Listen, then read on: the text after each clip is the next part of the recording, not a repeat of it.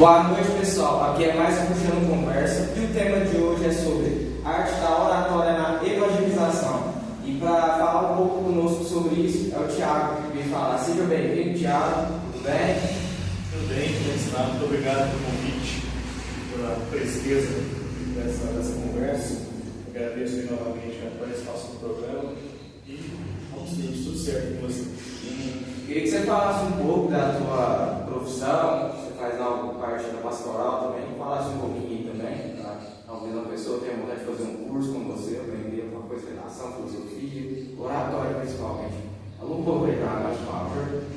Eu trabalho com redação específica para o Enem, sou professor de redação, filosofia também. E há 5, 6 anos a gente está fazendo um trabalho aí sobre oratória, mostrando para as pessoas como se comunicar melhor. Foi um trabalho que começou na universidade, ajudando as pessoas a apresentar seminários, apresentar trabalhos, fazer apresentações, palestras. E esse estudo começou a crescer e desenvolver em várias áreas, inclusive até na área religiosa também. Então eu faço um trabalho, um estudo voltado a essa visão da oratória em si, da comunicação, voltada a quem tem objetivos de falar em público, se expressar melhor, dependendo de cada objetivo. Na parte educacional, eu trabalho com redação, escrita de produção de textos, voltado mais para Enem, trabalho mais com o público adolescente. Então agora é hora de puxar a conversa. Vamos pela primeira pergunta agora para o Thiago. Thiago, quais são os principais elementos de uma boa oratória na comunicação da fé? Muito bem. A gente sempre fala que na oratória em si, um dos principais passos, um dos principais questões iniciais é a gente saber o objetivo. Então, qual que é o objetivo de uma fala? Porque todo o teste da voz, todo o texto que você escreve, tudo aquilo que envolve a questão da oratória em si carrega um objetivo. Então, qual que é a meta? No caso da fé, às vezes podemos pensar que isso seja um pouco padrão, mas não é. Então, dentro da fé mesmo existem muitos objetivos. Dentro da caminhada religiosa tem muitos objetivos. Então, pegar, por exemplo, lideranças religiosas, então, padres, um pregador, uma pregadora que vai desenvolver uma fala. Qual que é a meta dela? A meta dessa pessoa, o objetivo dessa pessoa é causar emoção, é causar reflexão, é causar talvez uma situação engraçada. Então a gente pega padres como exemplo, né? A gente tem aí padres famosos na nossa região, o Frei Gilson da Vida, que é uma pessoa mais de educação. Então ele é mais pedagógico, no sentido de explicar a Bíblia. Nós tínhamos, por exemplo, há uns anos atrás, o Padre Léo já fazia uma tática de criar uma circunstância engraçada, jogar um humor, para através do humor trazer as pessoas para a mensagem de Deus. Então a fé ela carrega também objetivos.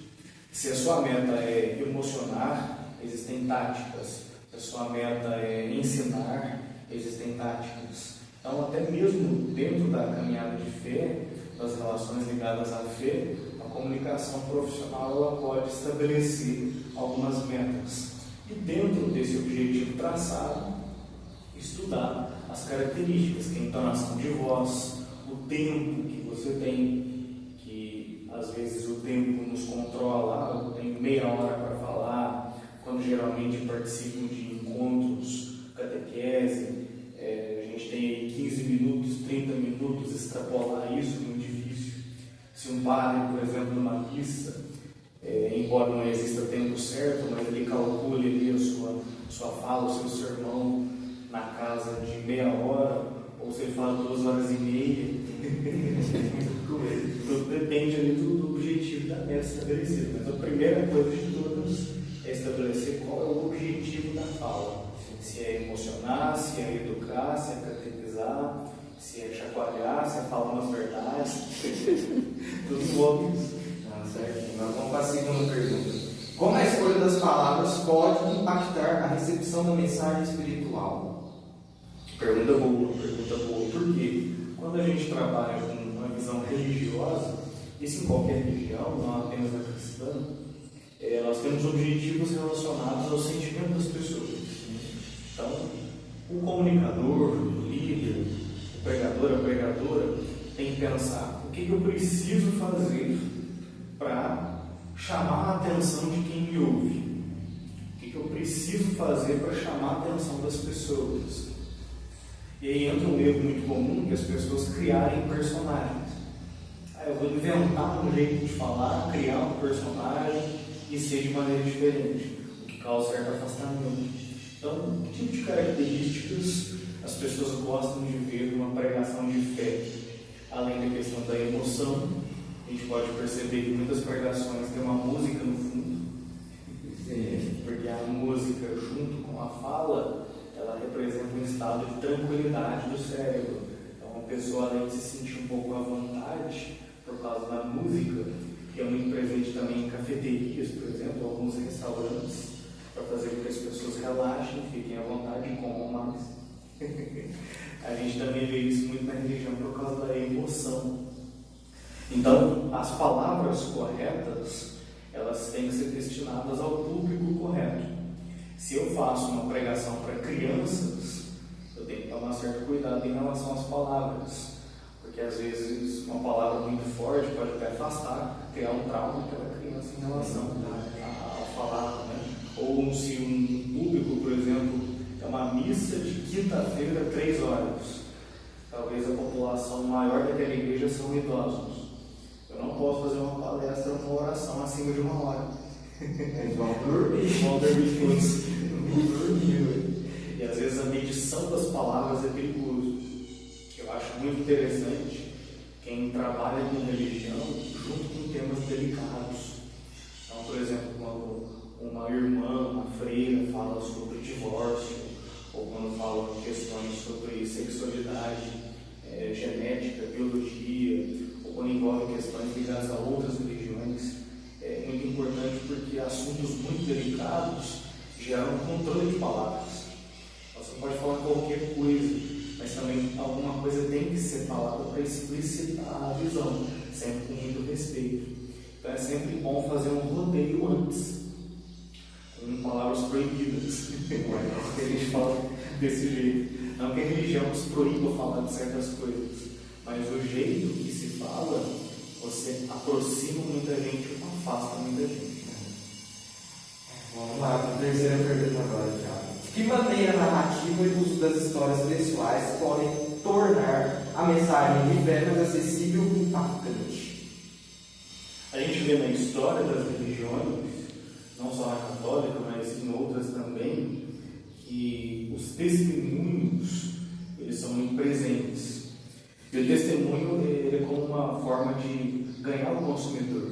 Se a gente sair da seara religiosa, entrar na visão da comunicação, nas empresas, por exemplo. As grandes empresas, os grandes marketings, colocam testemunhos de pessoas que compraram na loja, nos grandes sites de compras, em épocas de final de ano aí, isso é muito comum, você vê várias e várias pessoas comentarem sobre que gostaram de comprar um produto, gostaram de comprar na loja, gostaram de adquirir tal coisa. Então, aqueles testemunhos na seara do consumidor faz com que as pessoas se igualem às outras, porque nós nos comparamos. Então, se deu certo para alguns, possivelmente pode dar certo para mim também. Exato, na visão religiosa é a mesma coisa. Então, se uma pessoa não tem religião e quer entrar na religião católica ou em outra, ela conversa com certas pessoas, ela se comunica com as pessoas, e as pessoas são a primeira propaganda. Por isso que existem muitos pregadores nas religiões, porque as pessoas que vão trazer esses indivíduos. Então, dentro de um sermão, dentro de uma pregação, você contar testemunhos, você contar histórias suas ou de outras pessoas, isso faz com que as outras que estão ouvindo se sintam identificadas, se sintam incluídas. Tal pessoa conseguiu uma graça, a outra pessoa conseguiu também. Eu preciso de uma, quem sabe se eu pedir, quem sabe se eu construir a minha fé, quem sabe se eu fizer a mesma coisa eu consigo também. Então esses testemunhos aproximam as pessoas porque nós nos comparamos a todos. Então, se você fala, por exemplo, que sentiu uma graça muito forte em São Bento, porque você é muito devoto de São Bento, e fala sobre São Bento, conta a história dele, isso vai me trazer curiosidade. Eu vou estudar sobre São Bento, e você traz isso com entusiasmo, fala com um sorriso no rosto. Eu consegui uma graça, eu já vi pessoas que conseguiram. A religião já mexe com o emocional do indivíduo, isso aproxima aquele que ouve de quem fala. Então, o testemunho da religião é fundamental. Talvez sem testemunhos a religião não conseguiria estar os fiéis quanto a igreja. Persuadir praticamente. Exato. Precisa também. A pergunta 5 agora. Como o orador pode adaptar sua mensagem para diferentes públicos, sem comprometer o conteúdo da fé? Isso é um desafio. Esse é um desafio. Principalmente quando a fala religiosa é fora da igreja. Porque quando você está dentro de um ambiente religioso, quando você está numa igreja, está num encontro cristão, está num retiro, por exemplo, um grupo de jovens, um grupo catequético, um terço, etc., você já tem ali pessoas que se adequam ao meio. Então, vou pegar o meu exemplo. Eu leciono numa escola católica, Colégio Pajúrio, e dentro do Colégio Católico nós ensinamos conceitos básicos da educação. Então, no caso eu não sou professor de educação religiosa, mas se eu o fosse, a mensagem que ali seria transmitida é o reconhecimento de que os estudantes que estão ali não são 100% católicos. A gente vai ter salas com 70%, 80%, etc. Então, que tipo de mensagem eu tenho que transmitir sem abandonar a fé? Então, dentro da sala de aula, eu ensinarei conceitos. Eu tentarei ser imparcial. Se eu faço um evento na capela que existe no colégio, um evento religioso ali no salão, por exemplo, é o público que tem que ter a noção de que você está no ambiente religioso. É você que escolheu vir, é você que veio, então a nossa mensagem pode chegar até você de uma maneira que talvez você não acredite, mas de alguma forma está sendo realizada. Então, são questões de ambientes. Se eu falo numa igreja, num sermão, numa missa, num retiro, essa mensagem de fé ela tem que se manter, porque se eu fugir dela também, eu estrago, entre aspas, um pouco o ambiente. Então, não adianta eu fazer uma pregação no encontro de jovens sem envolver questão cristã, sem envolver questão católica, a não ser que o objetivo da fala seja esse. Se eu estou fora do ambiente religioso, entra a virtude de respeito às religiões. Então, como atingir vários públicos? Foi a sua pergunta. Esses vários públicos, eles têm noção de que você fala de religião. Esses vários públicos, eles estão ali, talvez, para ouvir sobre isso. Então, você escapar demais da fé ou adentrar demais nela, vai depender do objetivo que você quer transmitir aquela mensagem. Naturalmente, nós nunca podemos obrigar ninguém a nada, mas, dentro desse aspecto, quando você aborda a visão de fé, é justamente a sua fala que vai trazer o indivíduo para nós. Hoje a gente vive num mundo meio complicado para falar essas questões. Existem muitas perseguições, muito afastamento da questão religiosa. Ou uma ética, eu acho também, cada um tem uma verdade, não é? Cada um carrega uma visão. Você tem países no mundo aí que perseguem cristãos, então é um grande desafio. Falar de religião hoje é uma admiração. Então, como abordar vários públicos ainda mantendo na fé, trazendo todos, abraçando a todos. É como dizia alguns padres, né? Jesus não excluía ninguém. Todos que queriam ser abraçados, independentemente de qualquer caracterização, eram abraçados e eram trazidos. Nós temos que fazer a mesma coisa. Eu fiz algo parecido também, eu sou da igreja e tudo mais. Por exemplo, lá no curso, a professora deu uma folha assim, o tema era sobre empatia, algo que tem que ser muito pautado na igreja, principalmente. Né? Aí eu puxei algo da religião e falei, eu acho que ninguém se incomodou tudo mais, acho que a maioria das segue uma crença. Eu puxei, mas não, vamos supor, tô na religião demagogia, agora todo mundo na baixa, sem crítica. Sem crítica. Falei normal, falei minha visão e ligar a empatia que eu puxei para a religião também. Acho que ninguém ficou magoado, não é isso não. Eu acredito, né, cara? Então vamos lá para a próxima pergunta. Quais técnicas podem ser usadas para manter a atenção do público durante uma pregação ou discurso sobre temas espirituais? Isso é interessante. Para quem já participou de encontros, retiros, independentemente de qualquer vínculo, percebe uma característica básica. As pregações não são longas. E por que elas não são longas? Porque o objetivo delas é simplesmente tocar os indivíduos que estão ali. Então, quem participa de um encontro de um dia, ou quem participa, por exemplo, de um retiro, que às vezes dura 3, 4 dias, percebe que não existem falas longas, porque as pessoas se cansam. As pessoas se cansam quando o assunto não é interessante para elas. As pessoas se cansam quando a entonação de voz ela se mantém, o que é um perigo. Então, eu já assisti, por exemplo, missas, pregações, e às vezes a pessoa falou 1h30 na mesma tonalidade, no mesmo estilo. Eu imagino uma hora de sermão. Eu começo, Jesus fez tal coisa, assim, sem música, 60 minutos. Quando chega em 20, você já fala, nossa, vai, continua, faz uma pausa, bebe uma água. Por isso que às vezes as pessoas, os líderes com muita emoção, ele começa a falar e você não percebe, porque eles fazem pausas. Então tal coisa aconteceu assim. Perceba. Então na pausa leva a pessoa a refletir. Quem usa muito isso é o cinema. O cinema faz uma característica similar. Quando você tem, por exemplo, filmes de suspense, até filmes religiosos, alguns deles, Paixão de Cristo tem muito essa tática, eles têm uma cena e depois colocam ali 8 segundos, 9 segundos de uma câmera isolada no rosto de alguém. Mas por que tanto tempo? É o tempo que as pessoas estão refletindo sobre a cena anterior. É verdade. Isso acontece muito em Paixão de Cristo, muitos olhares, cenas que as pessoas estão pensando ali, ao invés da pausa, o próprio filme pausa. É tipo numa cena de destruição assim também. Acontece muito.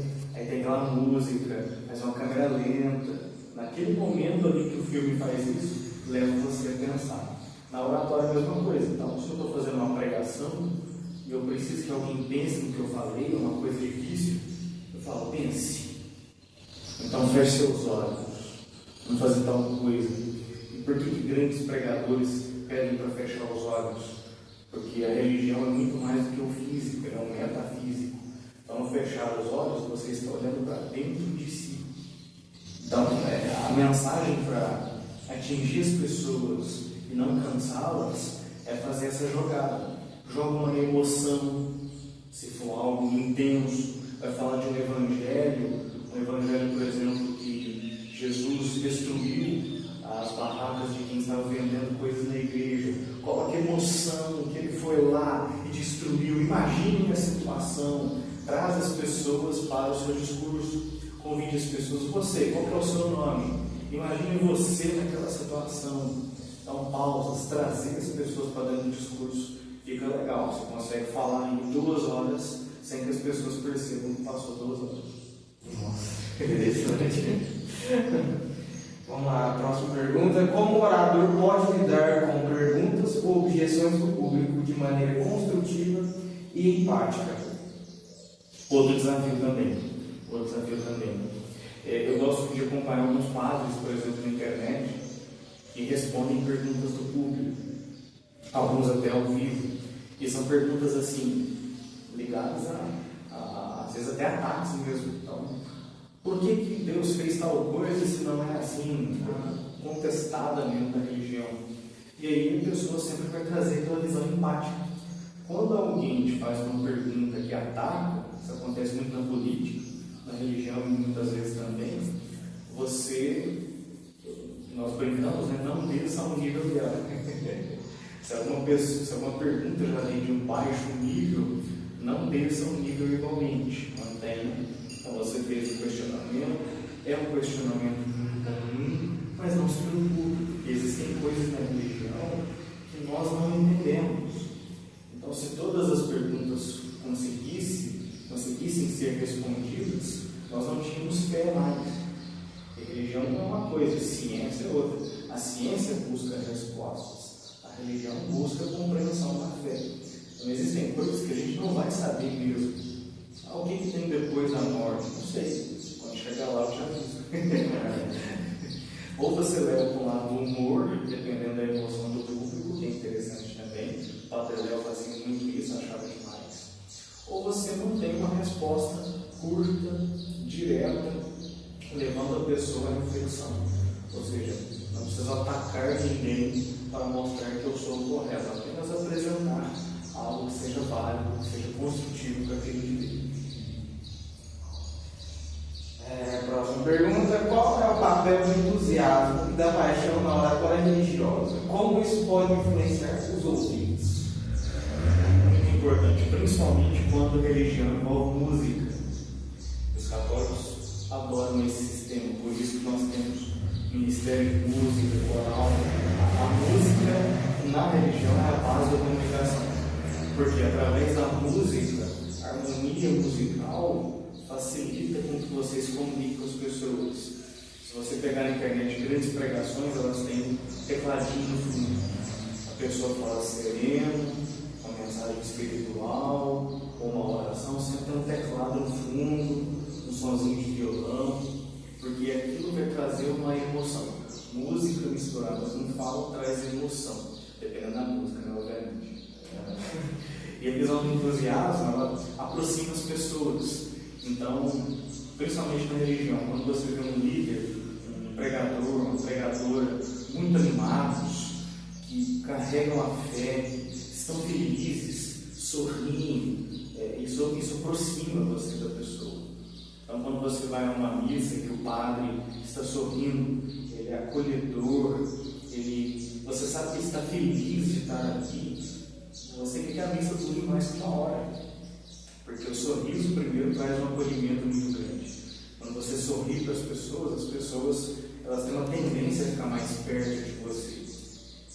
Então o sorriso é uma forma de entusiasmo. O trabalho com a música é uma forma de entusiasmo.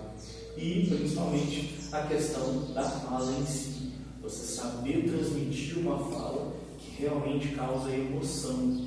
E não ficar somente no sentido explicador. É um desafio para os catequistas, por exemplo.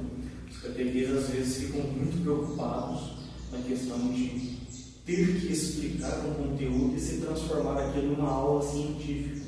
E nem sempre é assim. Às vezes na emoção você mexe com uma pessoa, mexe com um exemplo. Às vezes tem um aluno ali que perdeu um pai, uma mãe, por exemplo, e você usa dessa tática, dessa visão do sentimento triste, para trazer o indivíduo de uma forma que ele fique mais tranquilo, traz um acalento para ele. E as táticas são múltiplas, com a entonação da voz, a música, o estilo animador. Uma pessoa, por exemplo, que lida com situações, nós temos na região pregadores que são médicos e que contam a história deles, perdendo pessoas, rezando por elas. Eu já vi médicos rezando por pessoas que eles sabiam que iam morrer. Então, lidar com essa situação, mesclar a religião com isso e levar isso para as pessoas é muito importante. Tudo uma visão mais emocional e principalmente a linguagem do corpo. Você mexer bem as mãos, você controlar o som no ambiente. Se o microfone está muito alto, as pessoas se incomodam. Se está muito baixo, se a igreja fica no meio da Avenida Paulista, ninguém consegue ouvir nada, os carros não deixam. Então, tudo isso é levado em conta. Sonoridade, emoção e as táticas para acalantar as pessoas, acalmar as pessoas que estão aqui. Próxima pergunta agora. Como a prática regular de oratória pode ajudar líderes religiosos a se tornarem comunicadores mais eficazes? Eu já dei curso de oratória para seminarista, que ele falava que tinha medo porque ele estudava bastante, escrevia, mas não consegui ainda transmitir. E eu disse a ele: olha, a grande professora da oratória é a prática. E o seu grande amigo é o tempo. Quanto mais você faz, quanto mais você se arrisca, melhor é. Eu mesmo sou um exemplo. Eu não comecei minha comunicação na religião, mas as primeiras apresentações que eu fiz na universidade foram péssimas, foram terríveis. Então, às vezes a gente olha: nossa, o Tiago fala bem hoje, mas nos 2 primeiros anos de prática, meu Deus, eu tinha que fazer roteiros, eu rasgava roteiros, às vezes a gente ensinava táticas de nervosismo. Está nervoso, segura um lápis. Eu quebrei vários lápis no momento de falar. Então, e depois com a prática, com o estilo, você vai se adaptando. Então você vê pessoas que já pregam já há muitos anos, pessoas que falam há muitos anos, que têm uma atividade há vários anos, mesmo assim elas podem ser tímidas, mesmo assim elas podem ainda ter uma visão de vergonha, mas a própria prática em si te ajuda. Então a prática é a grande professora da oratória. Acima dela, só Deus. Eu também sou uma pessoa tímida também, acho que me ajudou muito, acho que foi a igreja, e também eu gosto de ler livro também, acho que ajuda bastante na didática, a pessoa fala melhor, eu acredito nisso. E a igreja ajuda, porque a igreja te dá oportunidades. Eu já dei curso para muitas pessoas. Eu quero oportunidades para falar mais. Uma das primeiras perguntas que eu faço é: você tem religião? Qual que é a sua religião? Vê lá na sua igreja, na sua comunidade, se você é católico, se você é de outro, há uma participação lá dentro da sua comunidade. Porque fazer parte do coral, fazer parte de uma catequese, fazer parte desse programa, dessa ideia que vocês fazem, que é maravilhosa, isso ajuda a nossa prática intensa. A última pergunta agora, já para encerrar, de que forma a oratória pode ser usada para inspirar ações concretas dentro da comunidade de fé? Interessante. Uma forma de inspiração. Você fala na própria vida do comunicador ou da comunidade mesmo? Os dois. A oratória mesmo, para a pessoa falar assim, como se coordenasse uma comunidade, tudo mais, se comunicar entre elas, talvez falar em público com ela. Vamos fazer tal, seja isso, tudo mais. Eu gosto de usar exemplos de pessoas que trabalham demais com oratória, porque, como o Rubem Alves, nosso conterrâneo, falava, às vezes a gente se preocupa muito com oratória, mas pouco com escutatória. Então, até a dica que nós podemos passar para as pessoas, no nosso público: escute líderes. Eu quero fazer pregações na igreja, escute pregadores. E o nosso grande pregador, que nós tivemos aí, vários e vários na terra, eu uso o exemplo de Jesus. Então, imagina a situação de Jesus. Ele viveu numa época que não existia microfone. Ele viveu numa época que falar com as pessoas era difícil, porque todo mundo só queria trabalhar, chegar em casa e dormir. Então, ele tinha uma fala acalentadora. Ele tinha uma inteligência muito grande. Você comentou dos livros. Quanto mais você lê, mais conhecimento você adquire. E isso é muito automático, você nem percebe que está adquirindo conhecimento. Você lê, acha que a vida está normal, como se nunca tivesse lido nada, e vai conversar com alguém que tem tanto conhecimento que você nem imagina que você sabia daquilo. Então, quanto mais você lê, mais você aprende. E Jesus motivava as pessoas através da fala. Ele falava: olha, vem e me segue. Imagina, você tem seu trabalho, tem a sua vida, chega um homem que começava a mostrar aos poucos ali os seus sinais, e esse homem olha para você e fala: vem e me segue. Eu tenho uma palavra de Deus, eu tenho uma palavra do Pai. Você fala: ué, o que esse homem quer que eu faça? Quem é esse homem? Ele é filho de Deus, o que é Deus? Então, a oratória de Jesus é muito interessante, porque através da fala conquistou pessoas. E ele mesmo não escreveu nada, ele motivou para que as pessoas mesmo escrevessem. É o Evangelho de João, o Evangelho de Mateus. Eles resolveram escrever o que Jesus falava. Então, a oratória mesmo de Jesus conduziu muito a comunidade e conduz até hoje as pessoas, porque alguém escreveu sobre isso. Então, hoje, um líder de uma comunidade, ele consegue fazer muitas ações positivas. aqui, por exemplo, no seu programa, nos seus estudos, a sua equipe, eles conseguem motivar as pessoas através dessa comunicação online que você faz. Fazer com que jovens assistam, venham participar, se interessem pela igreja por causa disso. Então, até o Papa está indo na internet. O Papa já tem Instagram. Então, isso é uma motivação. Para fazer com que as pessoas se aproximem de nós, a gente tem que ter uma fala também que aproxime deles. E liderar, incentivar as pessoas a fazer ações sociais, desenvolver tarefas para elas, mostrar que para isso é muito bom, é muito importante, é válido. E como a oratória pode ajudar isso, ela é fundamental. Ela é um passo que faz com que as pessoas fiquem mais próximas de você e faz com que as boas ações sejam condutoras. Naturalmente, as más ações também. Um bom orador que produz ideias maldosas também usa da oratória para isso. Mas se a gente for considerar só o lado ruim, a gente não tem um lado bom também. Então, a oratória pode também nos levar a caminhos maus, porque grandes mentirosos são bons oradores também, mas boas pessoas também podem fazer isso. Então, cabe a nós escolher o que é melhor. Tiago, queria te agradecer por ter aceitado o nosso convite, te agradecer por ter dado essa aula para nós e Deus abençoe você na sua missão como professor de oratória, filosofia e redação, né? Deus abençoe sempre você conseguir ensinar mais pessoas tímidas, pessoas que têm medo de falar em público, a melhorarem isso aí. Muito obrigado mais uma vez. Amém. Muito obrigado, agradeço a oportunidade e parabéns pela iniciativa, que mais pessoas possam vir, possam dar os seus testemunhos, possam falar sobre a sua vida e que dê tudo certo. Vamos lá, nós dois, até o próximo Puxando Conversa. Curte, comente e compartilhe. Com certeza, sempre.